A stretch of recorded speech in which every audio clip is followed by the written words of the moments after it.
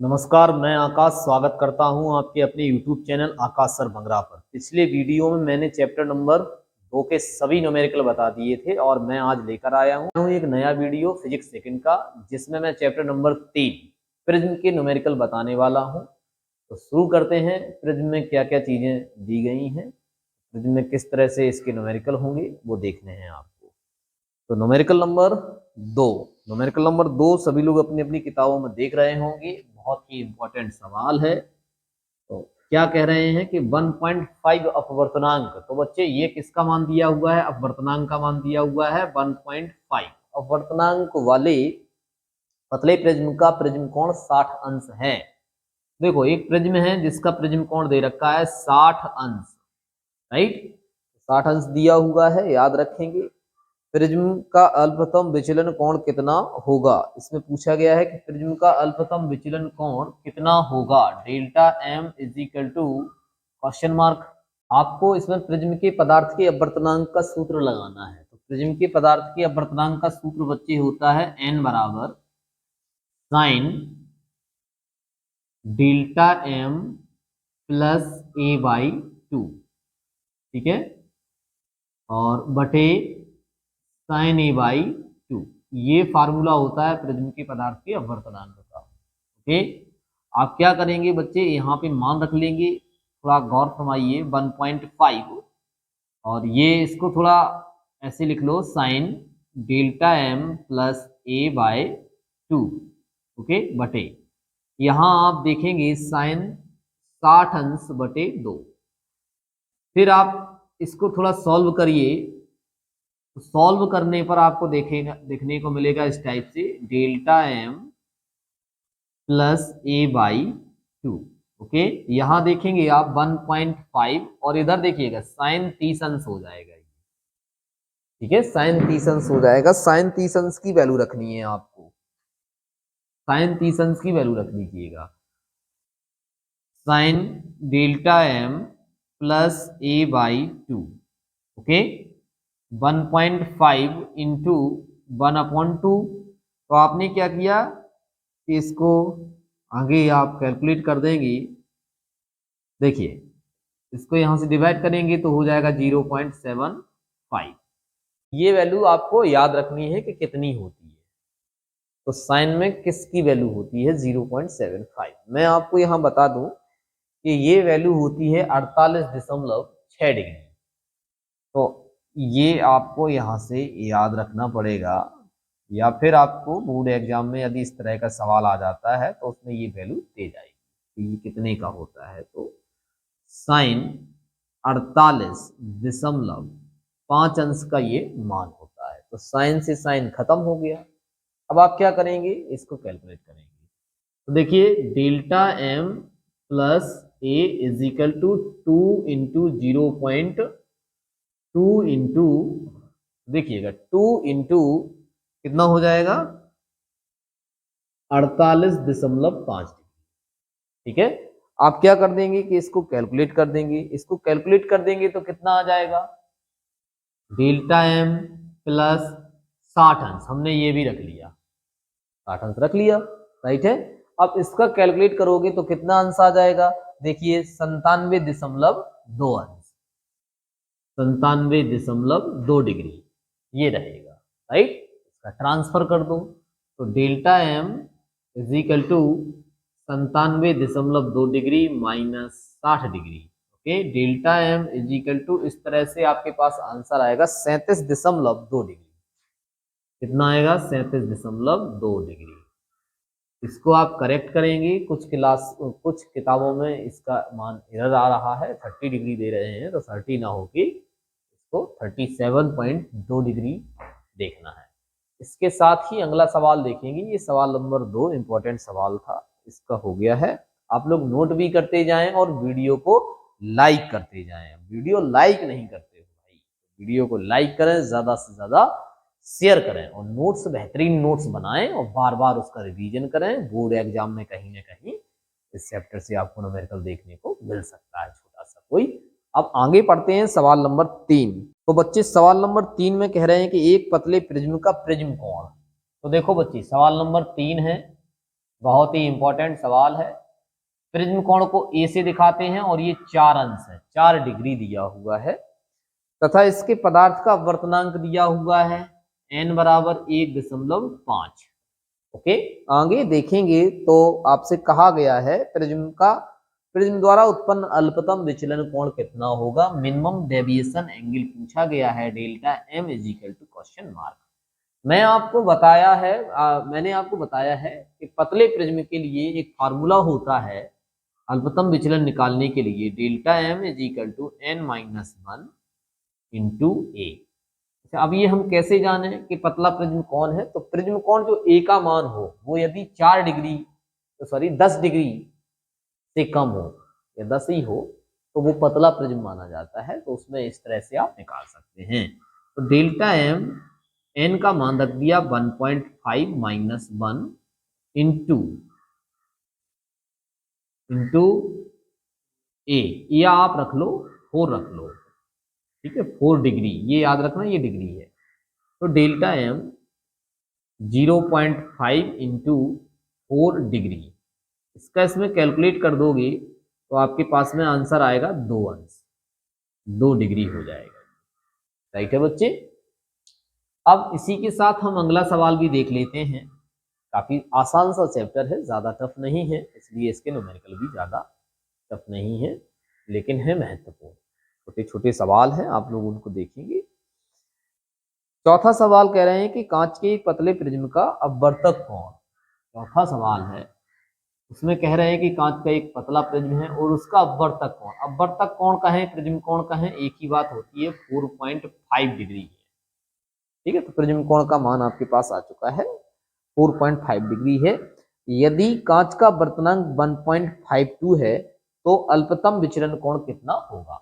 बिल्कुल सेम सवाल ऐसे ही लगेगा, 1.52 है तो अल्पतम विचलन कोण कितना होगा। और ये भी देखिए ऐसे लगाएंगे, आप देख पा रहे हैं कि पतला प्रिज्म है, पतले प्रिज्म के लिए ये सूत्र चलता है अल्पतम विचलन कोण निकालने के लिए। n का मान रख दीजिएगा 1.52 माइनस 1 इंटू ए का मान रख दीजिएगा 5.4 डिग्री। तो delta m is equal to बच्चे 0.52 इंटू 4.5 डिग्री, ये डिग्री है बच्चे, इसको आप कैलकुलेट कर देंगे तो आपके पास में उत्तर आ जाएगा। तो देखो बच्चे क्या कैलकुलेशन करना है और कैसे करना है, क्यों उत्तर क्या आएगा। तो देखिएगा जैसे ही आप इसको कैलकुलेट करोगे तो आंसर आएगा 2.34 डिग्री। तो इसका ये अल्पतम विचलन रहेगा। बच्चे अब सवालों को नोट भी करते रहें और वीडियो। तो बच्चे देखिए सवाल नंबर 5 क्या है, उसमें कुछ इस तरह का सवाल है। सवाल नंबर 5 में कहा जा रहा है कांच से निर्मित एक पतले प्रिज्म से उत्पन्न न्यूनतम विचलन कोण 4 डिग्री है। न्यूनतम विचलन कोण delta m is equal to 4 degree.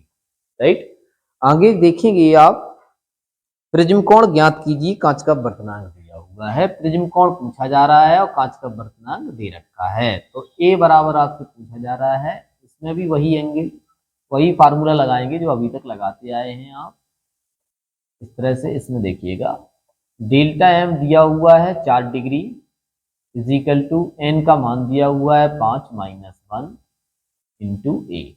Okay, तो 4 डिग्री, ठीक है, तो ये कितना हो जाएगा 0.5 इंटू ए। ओके, आप देख पाएंगे यहां से 4/0.5 is equal to a, point डालो, 0 बढ़ा लो, इस तरह से ए बराबर आया आपका 8 डिग्री।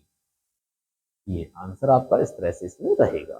फिर इसी के साथ हम अगला सवाल भी देख लेते हैं। अगला सवाल नंबर 8 है, जो भी बोर्ड के परीक्षाओं में पूछे गए हैं वही सवालों को आपको इस चैनल पे बताया जा रहा है। याद रखिएगा मेरे चैनल का नाम आकाश सर बंगरा है और इस चैनल को आपको सर्च करना है, यूट्यूब पर जाएंगे और उस पर टाइप करेंगे आकाश सर बंगरा, तो मेरा चैनल आपको दिखेगा। जैसे ही मेरा चैनल दिखे आपको सिर्फ एक छोटा सा काम करना है, चैनल को सब्सक्राइब करना है और वीडियो को लाइक करना है और ज़्यादा से ज़्यादा शेयर करना है। तो इसके साथ ही अब हम अगला सवाल देखेंगे। अगला सवाल नंबर 8 है। तो सवाल नंबर 8 में क्या बच्चे कहा जा रहा है, आप लोग थोड़ा ध्यान से देखेंगे। एक प्रिज्म का अपवर्तक कोण दिया हुआ है, अपवर्तक कोण बोले तो कितना, 60 अंश। अपवर्तक कोण का मतलब होता है प्रिज्म कोण, ए से दिखाते हैं, वो 60 अंश है। जब प्रकाश किरण 45 अंश पर आपतित होती है तो देखिए क्या आई बराबर आपतन कोण दिया हुआ है 45 अंश। ओके, तो अल्पतम विचलन होता है अल्पतम विचलन कोण ज्ञात करिएगा। बच्चे डेल्टा एम बराबर आपको क्वेश्चन मार्क दिया हुआ है ना। अच्छा, अब कैसे आपको क्या करना है जरा देखेंगे। अगर आप अब देखिए थोड़ा, यदि इस तरह से इस सवाल को लगाएंगे, मैंने आपको एक फार्मूला बताया हुआ है, आप स्नेल का नियम जानते हैं। स्नेल का नियम क्या होता है, एन बराबर होता है sine i upon sine r. ध्यान से देखना बच्चे, इसको समझाने के लिए हम कर रहे हैं, वैसे नोट नहीं करना है, और मैंने आपको बताया भी है कुछ चीजें होती हैं। जैसे आप ये तो स्नेल का नियम, प्रिज्म के पदार्थ के अपवर्तनांक का सूत्र जब आप लिखते हैं तो उसमें आपको देखने को मिलता है कि ये चीज लिखते हैं आप, n is equal to sine delta M plus A by two by sine a by two. Okay, तो यहां देखिएगा ये और ये है ना, ये देखिएगा आई की जगह पर कौन आया हुआ है, आई की जगह पर आया हुआ है delta M plus A by two आया हुआ है। तो इस फार्मूले को आप ये देखा कि आई बराबर कहां से है, delta M plus A by two, इससे आप सॉल्व कर सकते हैं। मेरा इन दो बातों का मतलब था कि आपको समझ में आ जाए। वैसे डायरेक्ट आप ये लिख सकते हैं, इन चीजों को, इसको और इसको नहीं लिखना है। राइट है, समझ रहे हैं आप हमें, ठीक है। तो मेरा उद्देश्य सिर्फ ये था कि आपको ये फार्मूला समझ में आ जाए, तो आप सप्ते में आ सकते थे। तो इसमें मान रख देते हैं बच्चे 45 अंश, ये 45 अंश हो गया, ये डेल्टा एम हो गया, यहाँ पे आपका 60 अंश हो गया, यहाँ पे आपका 2 हो गया, इसमें आप गुणा कर देंगे तो देखेंगे डेल्टा एम प्लस 60 अंश बराबर 90 अंश।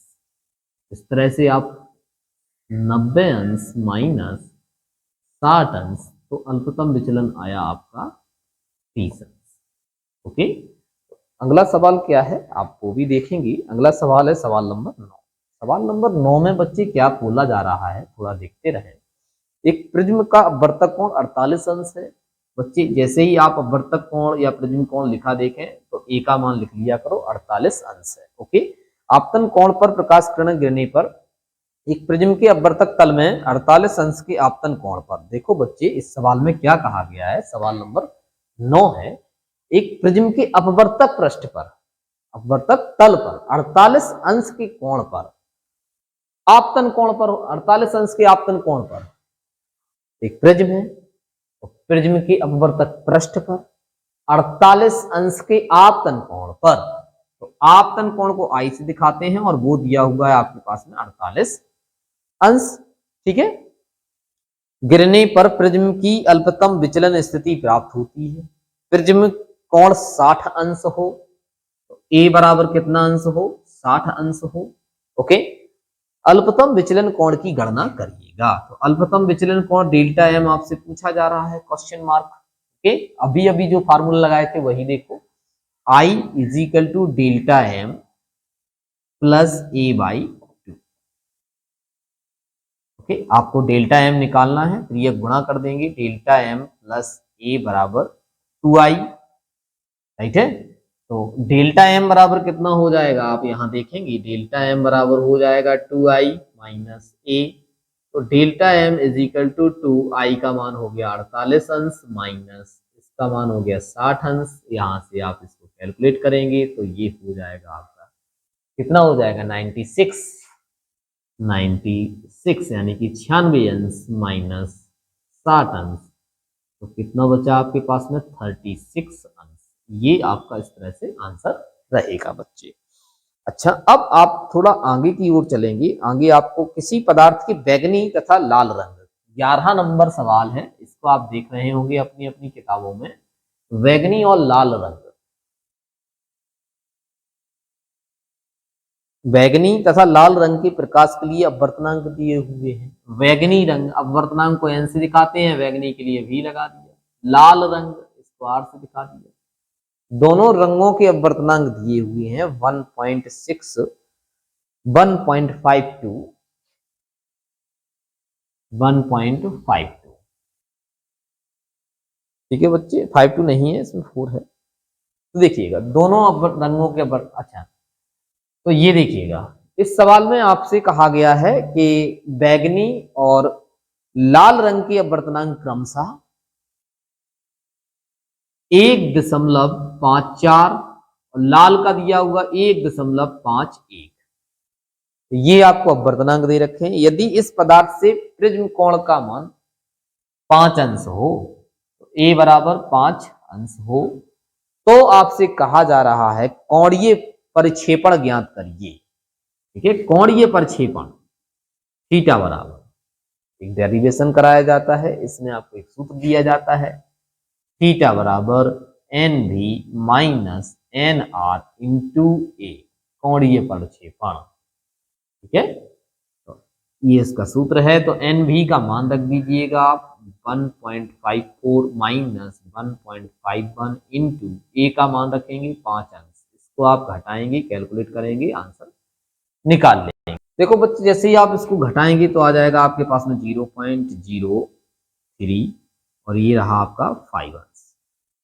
इसको आप कैलकुलेट करोगे तो हो जाएगा आपका 0. ये इस तरह से ये आपका सवाल रहा, ये अंश रहा। इस तरह से ये सवाल नंबर आपका लगा 11। तो बच्चे शुरू करते हैं इस चैप्टर का आखिरी सवाल। चैप्टर नंबर 3 प्रिज्म है और इस चैप्टर का मैं आखिरी सवाल बताने वाला हूं। इसमें ज्यादा सवाल नहीं है और आखिरी सवाल है, इंपॉर्टेंट सवाल है, सवाल नंबर 15। ओके, तो सवाल नंबर 15 को आप लोग देख रहे होंगे और पढ़ा भी होगा। उसमें क्या चीज दे रखी है, कह रहे हैं एक पतले प्रिज्म के पदार्थ के लिए लाल एवं बैगनी रंगों के अपवर्तनांक दिए। लाल का दिया हुआ है और बैगनी का दिया हुआ है। तो लाल का कितना दिया हुआ है जरा आप लोग देखेंगे, 1.61। बैगनी का कितना दिया हुआ है, 1.65। ओके, तो ये आपके पास में अपवर्तनांक है। पदार्थ का प्रक्षेपण क्षमता को ओमेगा से, ठीक है, तो ओमेगा बराबर आपके पास में है 0.08। ओके, ये दिया हुआ है। प्रकाश के पीले रंग के लिए प्रिज्म का विचलन कोण, पीले रंग के लिए तो y लिख लिया, विचलन कोण 5 अंश है। ओके, आगे देखेंगे प्रिज्म कोण की गणना कीजिए। तो प्रिज्म कोण आपसे पूछा जा रहा है, ए बराबर क्वेश्चन मार्क। मैंने एक सूत्र बताया था आपको, ओमेगा बराबर एन भी माइनस एन आर बटे एन बाई -1। तो ये सूत्र आपने देखा। अब इसमें हमको कुछ नहीं करना है, मान रखना है। 0.08 इज इक्वल टू एन भी का मान रख लिया 1.65 माइनस 1.61 बटे एन बाई -1। तो 0.08 इज इक्वल टू 0.04 बटे एन बाई -1। 0.08 एन बाई -1, 0.04 आप कैलकुलेट करके यहां से 0.04 एन बाई निकालेंगे। कैलकुलेट करेंगे तो आप क्या निकालेंगे, एन बाई निकालेंगे।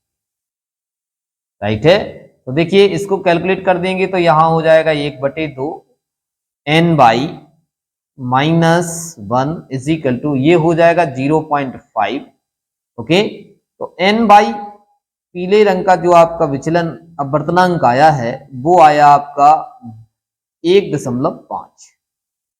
ओके, ये माइनस का है, इधर जाएगा प्लस का हो जाएगा। इस तरह से ये आया आपका।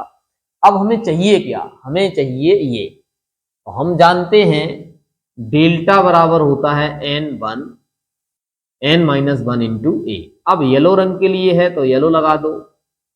ठीक है बच्चे, अब देखिएगा इसमें डेल्टा वाई का मान दिया हुआ है 5 अंश है तो 5 हो गया। एन बाई का मान नहीं था, वो आपने निकाला है 1.5 माइनस 1। ए पूछ रहे हैं तो 5, यहां से आपने इसको घटाया तो 0.5 ए, तो ए बराबर 5 बटे 0.5। ये देखिएगा ए बराबर आपके पास में कितना आया, 10 अंश। तो यही आपका आंसर है। और इस तरह से चैप्टर के सभी न्यूमेरिकल हुए हैं प्रिज्म। चैप्टर नंबर 3 है। अब मैं आपको एक नए वीडियो में चैप्टर नंबर 4 लेकर आऊंगा और वो चैप्टर फिजिक्स सेकंड का होगा जो 12th क्लास से है रिलेटेड। तो आप लोग पढ़ते रहिए, सारे चैप्टरों को पहले पढ़ा करो, तब उसके न्यूमेरिकल देखा करो, तो बेहतर तरीके से समझ में आएंगे। और याद रखना है, मैं कुमार मित्तल का बुक्स पढ़ा रहा हूँ, उसी किताब के न्यूमेरिकल अभी चल रहे हैं। और इस तरह से इस चैप्टर के सारे न्यूमेरिकल हुए, और मैं अब आपको अगले वीडियो में एक नए चैप्टर की न्यूमेरिकल लेकर आऊंगा। तो चैनल को सब्सक्राइब करें और वीडियो को लाइक करें। धन्यवाद।